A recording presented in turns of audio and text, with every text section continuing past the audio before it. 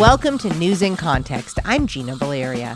In this episode, we continue our conversation with Stanford political scientist Dr. Kathryn Stoner on the context of Putin's invasion of Ukraine. Stoner is the Mosbacher Director of the Center on Democracy, Development, and the Rule of Law at Stanford, Senior Fellow at the Freeman Spogli Institute for International Studies, political scientist at Stanford, and Senior Fellow by courtesy at the Hoover Institution. Stoner is also the author of Russia Resurrected, Its Power and Purpose in a New Global Order. This is part 2 of my interview with Dr. Stoner.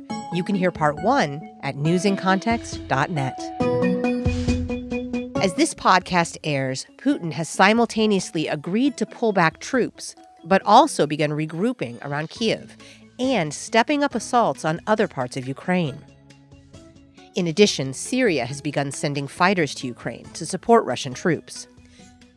And the U.S. announced additional sanctions, this time on Russian tech companies and networks seeking to evade sanctions.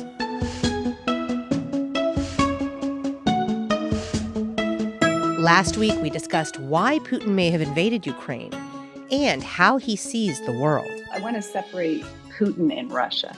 Because Putin is not Russia, Russia is not Putin. But he certainly tries to fuse the two. Been trying to alter the balance of power in the post-Cold War international order for a while now. And this is, in a sense, the apex summit of their efforts.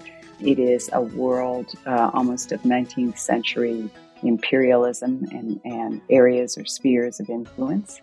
And Ukraine is, in this view of the world, within Russia's historical sphere of influence. He is kind of gathering the lands as an ancient Tsar would, and reuniting Belarus and Ukraine, the Russian Empire, not so much the Soviet Union. The shame is that this policy toward Ukraine is going to hold back any further development, and Mr. Putin's autocracy more generally is held back where Russia could be. A well-educated society was globalizing. And so, this is a shame for Russians. It's a tragedy for Ukrainians. In addition, Russia is the only other country besides the U.S.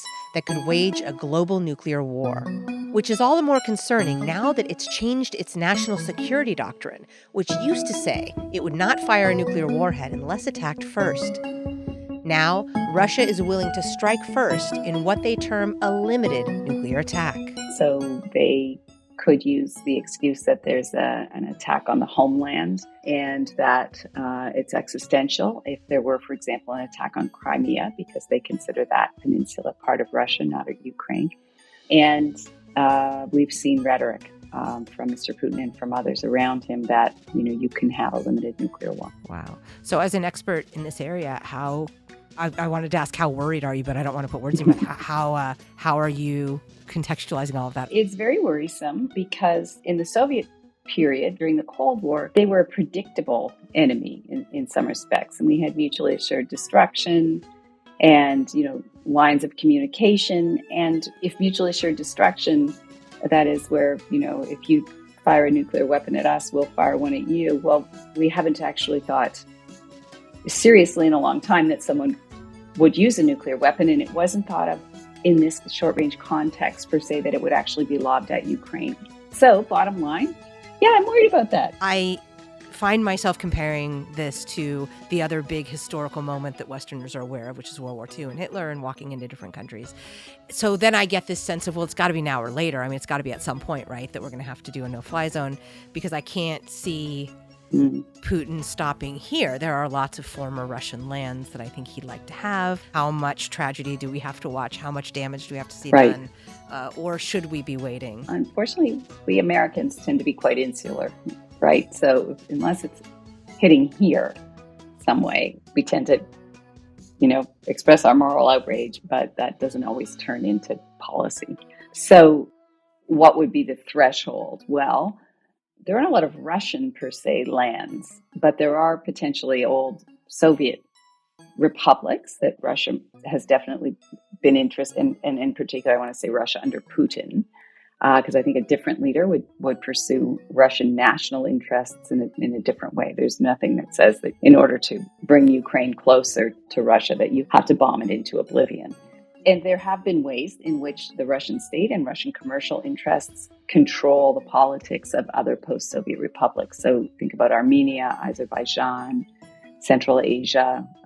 Those are all much closer politically, and they don't need to be invaded for Russia to control them. There are lots of financial ties there. This led us to a discussion of NATO and whether Putin decided to attack over fears of Ukraine joining NATO. Dr. Stoner says no, Putin had other concerns. This isn't about NATO at all, because Ukraine was not about to join NATO. It wasn't on the table, wasn't being discussed. It wasn't in 2014 when the Russians seized Crimea. This is about Ukraine wanting to be a democracy and seeing its future in Western Europe instead of with Russia. It's about democracy. Stoner says NATO's collaboration and cooperation throughout the Ukraine crisis seemed to have been a surprise to Putin, who expected a NATO that would be distracted and in disarray. I think we have done a great job of working with partners, and I think this was a surprise on the Russian side. Their decision makers, I think, were hoping that NATO would not be so collaborative. And, the strength of NATO, the strength of the EU is only in their unanimity. And so far that's been maintained, and that's huge, and was definitely something Mr. Putin has worked over the last 15 years in particular to try to break apart.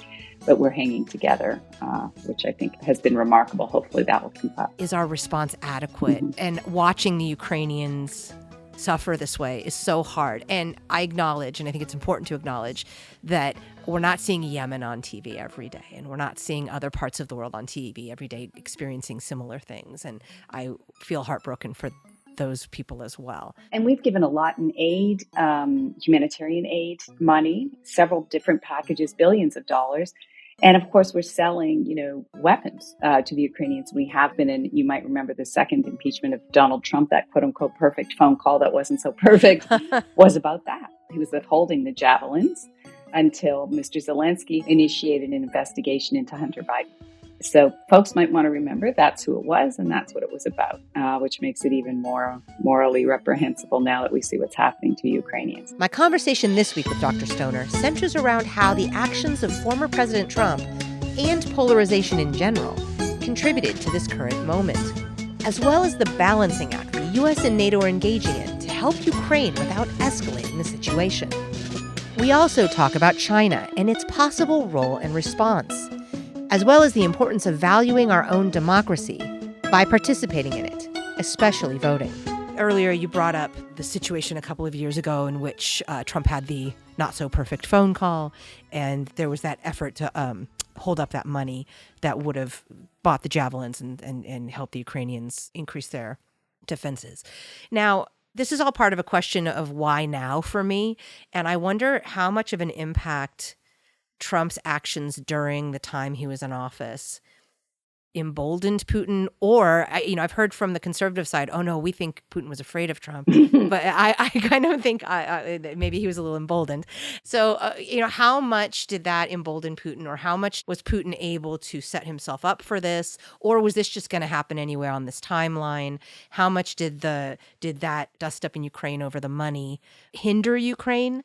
So I guess all the kind of questions wrapped into the why now question, sort of looking at that context. There are lots of possible reasons why now that are connected with Putin and his circle, which would include, the sort of power ministries, the Minister of Defense, and then the heads of the internal security and external security, or CIA, FBI equivalents, and the head of their Security Council, who also has a sort of KGB background. So why now? Well, a couple of reasons. One, I think it's not Trump per se. It is the division and polarization within American politics that manifested in Trump, in the election of Trump. Don't forget that the Russians did interfere in our elections. At a minimum, what we know for sure was the data dump, right, from WikiLeaks that they got from the Democratic National Committee. Putin even said this at the summit with Trump in Helsinki. Putin even said, yes, I wanted him to win. So he didn't want Joe Biden to win. He didn't want him to win so actively that he tried to get Zelensky to investigate his son, right? And cause a scandal of some sort for Biden. So who is he afraid of? He wants Trump elected because Trump's a useful idiot. Who didn't he want elected? Didn't want Hillary Clinton elected. He wanted Trump. Why? Well, Trump's terribly inexperienced and didn't know what he was talking about in the KGB.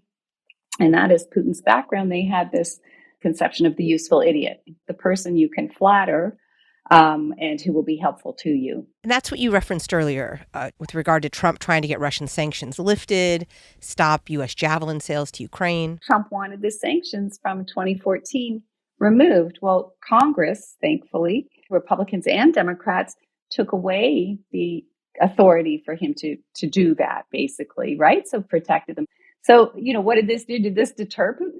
No, it emboldened Putin, right? So here, look, the Americans, their politics are so fractionalized and polarized, they will elect this useful idiot. And, whether or not the email dump actually changed some people's votes, we may never know, right?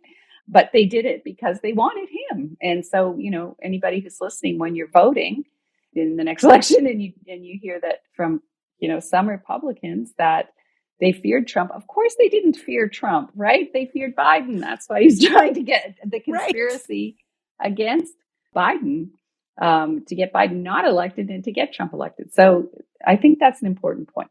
Yes. So polarization and our decisions here in the U.S. with regard to voting and political issues. Are there any other reasons Putin thought this might be a good idea? Getting back to the issue of why now, opportunity. Huge polarization in American politics, right? Trump is a manifestation of this. He was actually quite a weak president in terms of foreign policy. Look at his policies that were implicitly pro-Russian interests, right? NATO, he felt the allies weren't paying up.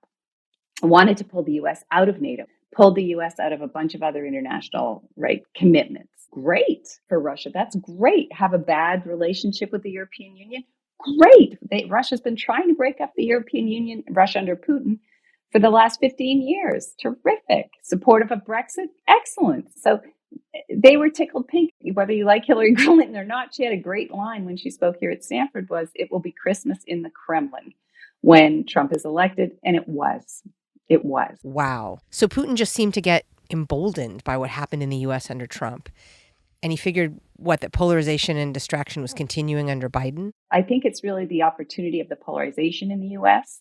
and thinking, well, they'll never get it together in terms of a response. And so my opportunity is now for that. And the same with the Europeans.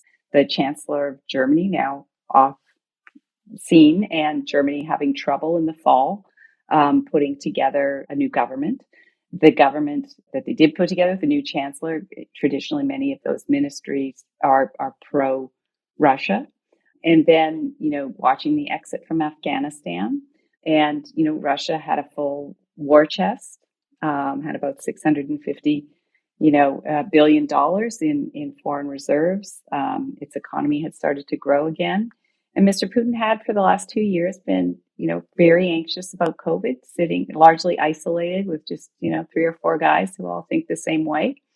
And at the apex of his own personal control over the Russian political system, had been gradually whittling down civil society and any opposition or alternative voices in Russian politics, really since he returned to the presidency in 2012. He told us pretty clearly that he thought that, Russia got a raw deal at the end of the Cold War, that Gorbachev messed up, and that when you view the world in terms of blocs and great powers that control other countries, it is beyond his mindset to think that Ukrainian people may actually want democracy and that they are not being manipulated by the West and the United States. And so the military had been reformed and was ready, lots of money, sitting alone, ruminating, seeming chaos and polarization in the United States, probably won't respond much, don't really care about Ukraine anyway. Look at Trump. And then Europe divided and distracted too. And so why not now? And then the final thing is there's a suspicion that he's ill, that Putin is ill. And so this is what he wants his legacy to be, bringing back together, gathering the lands of greater Russia. And Ukraine is integral to that. and the demonstration effect of an actually robust, messy democracy in Ukraine that was doing great. Wasn't perfect. No democracy is. It wasn't fully consolidated, but it was doing pretty well. So I think for all those reasons, that's why now. That explains why now. You're listening to News in Context. I'm Gina Valeria. We're talking with political scientist Dr. Kathryn Stoner about Putin's version of the world order and NATO's response to his invasion of Ukraine so far. The Poland question and a couple of things. One, I really do want to talk about what happened with the planes, because that felt like a good way to help the Ukrainians in a meaningful way.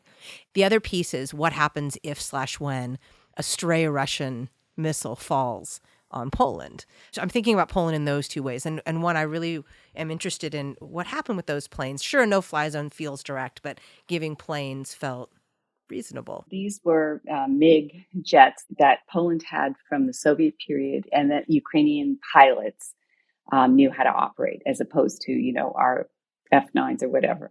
So the thought was that if Ukrainian pilots came to Poland, picked up the planes and flew them in, then that's not NATO getting involved or a NATO country getting involved in this conflict. And it's giving the Ukrainians a weapon to help fight Russian pilots in their planes over Ukraine. The problem was that, there was a possibility that could be interpreted as NATO becoming directly involved. How do we get the planes there? So to me, this is a bit of hair splitting because we are selling weapons and artillery and all kinds of other things to Ukraine and billions of dollars to keep the government going. But I think the real issue became the Polish decided to go public with a plan that didn't sit well with the Biden administration, which was to fly the planes instead of having Ukrainian pilots fly from Poland and have Poland be a sitting duck there, because it's obviously closer geographically to Russia, was to have the planes flown from Poland to one of our bases in Germany, U.S. military base, and then have U.S. pilots fly from those bases into Ukraine. And it was at that point the Americans were saying, no, we're not going to do that. Nor are we going to have Ukrainian pilots come here and fly them in, because that's a little too risky in terms of overt involvement. Again, I think that's hair splitting. I think this could have been done either from Poland or frankly from Germany with Ukrainian pilots and the Ukrainians flying over the Polish airspace. But the worry was that Poland, a NATO country, Germany, a NATO country, helping in this way, and the U.S., and it's too direct, and that'll be a provocation, and the Russians will start bombing Poland, and the next thing you know, we're in World War III. There's also a question, and this is the point the Biden administration makes, is, would it have helped that much? They have anti-aircraft artillery and missiles that we've sold to them, and the Turks have given them these drones, and so in fact they can fight back in the sky. And we don't need this risky maneuver. I think that's very arguable, but that's their perspective. So then it gets to Poland is sitting there, and there are, military assets of the Ukrainian military in Western Ukraine, reasonably close, within a couple hundred miles of the Polish border, to be sure, maybe even closer than that. And so Russia did actually send a hypersonic missile, which is not nuclear, it's conventionally tipped, but the thing with hypersonic missiles is very destructive because it moves more than 5 times the speed of sound, Mach 5. And that was the first time a hypersonic missile was used in combat. They did send that into a military base outside the Ivanova area, which is not too far from the Polish border. Now, that's a very highly controllable, targeted missile. So the likelihood of that going 100, 200, 300 kilometers off course is very, very low. They can hit pretty accurately from far away.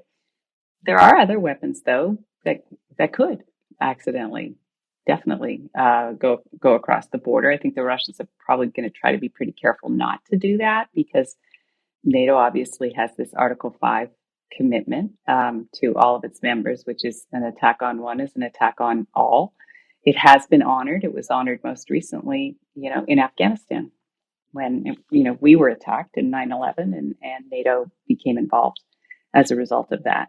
So I think Russia's going to be careful not to do that, but it's not impossible that it could happen. There would have to be a very careful and calibrated response as to whether or not that was an actual attack and it invokes Article 5. And if it does, then, that's why Russia has not taken more action against the Baltic countries in the way that it's doing so against Ukraine. But you can now see why Ukraine was interested in joining NATO, right? They might not be in this situation. Clearly. So then my last sort of question area involves China, because China's watching closely. China wants Taiwan. Yeah. What is your estimation, or what is your assessment of China's perspective in all of this, and their hopes and dreams, and how they are or might be orienting themselves to this conflict? So I have a section in my book actually on, where else is Russia sort of powerful or influential? And in China, there is this kind of reciprocal effect. And so in the last 8 to 10 years, Sino-Russian relations have become very warm indeed. And there's a certain interdependence. A lot of people think it's just one way, that Russia needs China, but actually China needs some things from Russia that it can't get that easily from other countries. And one of those things is, again, carbon resources. And that's oil, yes, which you can get from other places. And China can and certainly does buy more oil actually from the Middle East than it does from Russia, but it buys a lot from Russia. And Russia's right there. It's easy to get and it's a reliable supplier. It also buys natural gas, which is a little harder to move around, especially because it comes out of the ground as a gas, right? And then it has to be liquefied. And if you're importing liquefied natural gas, which moves quickly, and then it gets turned back into a gas. And then the third thing is coal, which China is kind of running low on, and Russia has a lot of too.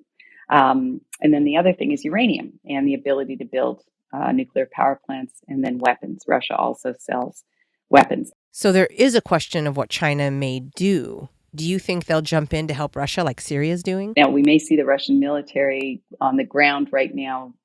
I think it's a little overblown that they're not doing that well. They're not doing as well as we'd expected, and the Ukrainians are doing far better, I think, than everyone expected, but they're fighting for their lives, and the Russians seem a little confused about why they're there. Some of the Russian soldiers, anyway, confused and surprised that they're there. But Russians actually make good weapons. We make good weapons here in the US too. We sell more of them than anybody else in the world, but Russia's number 2, and one of their big customers is China. India is another one, by the way. So there's some interdependence, and China's got a lot of money, a big economy. And, Russia needs the investment. And so there's a way around sanctions, to be sure. But, China also has strong trade relations with the U.S. The U.S. owes a lot of money to China. So there's some interdependence in the Chinese-Russian relationship. It's not all one way. That's also true with China and the U.S. There's a little bit of interdependence. Exactly right. Yeah. Very good point. So China moves a little differently in the international system than Russia, and doesn't necessarily have the same kind of sphere of influence issues that Russia does. And I would say Taiwan's a bit of a different case, because remember, we have a one China policy. We sometimes forget what that means exactly, but it is not recognizing Taiwan as a sovereign or independent country, but rather as part of China. And Ukraine is not part of Russia. It was not a province of Russia, except in the 18th century, right? And maybe early 19th century, but it's not a province of Russia. We don't have a policy that says it is, right? This is a sovereign and independent country. Taiwan, it's a difficult case in a sense, because our official policy is not to recognize it as an independent country. However, we don't want China basically going in there and turning it into, a part of communist China. It does want to be independent. One scenario one of my colleagues here talks about a lot is, well, now would be a great time for China to just go seize Taiwan because we're so distracted. But I'm not sure that is the case. I mean, I think they're pretty clear that would put China and Chinese trade routes into a lot of danger. And they may not succeed if we decided to get more involved there. because we still have better weapons than they do, although they're getting better ones. The other thing is, though, China and Russia are both members of the UN Security Council, and they have tended to vote in lockstep in the last 10 or so years. And China has not condemned what Russia has done, but it has sent aid to Ukraine, humanitarian aid. And Belt and Road had investments in Ukraine, and the Chinese do through their Belt and Road policy. And they do in Eastern Europe too. So I don't think you're going to see a strong statement in Russia's favor, but I don't think you're going to see a strong condemnation either. That's why we keep hearing them say things like, we respect sovereignty, because they want their sovereignty respected over Taiwan. Do you think that they're going to make a move on Taiwan at this point? I don't think so. I think President Xi has domestic issues that are more important to him at the moment than that. So what would you like people in the U.S. to know? What would you like the American people to remember as we are moving through this situation? I think it's important to sort of shake Americans out of their complacency here that this is happening in a little country in Europe that's far away and doesn't affect me. This isn't a little country in Europe. Ukraine is actually geographically the largest country in Europe, unless you count Russia as being in Europe, and some people do. So, bigger than France. It's about the size of Texas. 44 million people. So that's more than Canada. So this is a pretty big country, and it's actually one that is pretty important to food supply in different parts of the world as well, especially through the Middle East, a big grain exporter. And if you think this isn't going to affect you, it is. When you're paying more at the gas pump right now, that's a direct effect of this conflict, because global oil prices are going up as a result of Russia's position in global oil markets. So to those of us who feel helpless, like we can't affect global markets, we can't stop Russia from invading, what can we here in the U.S. do? I think this is an opportunity for the United States, for young Americans who could be listening to this. Democracy matters. What this conflict is about is about Ukraine's democracy. It's about self-determination. And I think we tend to, and have come to tend to, undervalue it and become very cynical and believe our echo chambers. And I just want to urge people to get different sources of information. Mr. Putin he's not a good guy, as Tucker Carlson may be telling you. It's not a reasonable position or approach to foreign policy to grab a different country just because you want it. That's not how we conduct foreign policy, and it's not right to take the agency of people who want to live differently away by force. And that's what's happening in this situation. And it's as simple and yet as complicated as that. So value what you have, get involved in politics, defend your democracy, get out and vote. People are literally dying because they did it or because they want that right to do it. And don't let anyone stop you from having the right to do it. And staying well informed, diversify your sources of information. Thank you to my guest, Dr. Kathryn Stoner, Mosbacher Director of the Center on Democracy, Development, and the Rule of Law, Senior Fellow at the Freeman Spogli Institute for International Studies, Political Scientist at Stanford, and Senior Fellow by courtesy at the Hoover Institution. Stoner is also the author of Russia Resurrected: Its Power and Purpose in a New Global Order. This has been part 2 of my interview with Dr. Stoner. You can hear part 1 at newsincontext.net.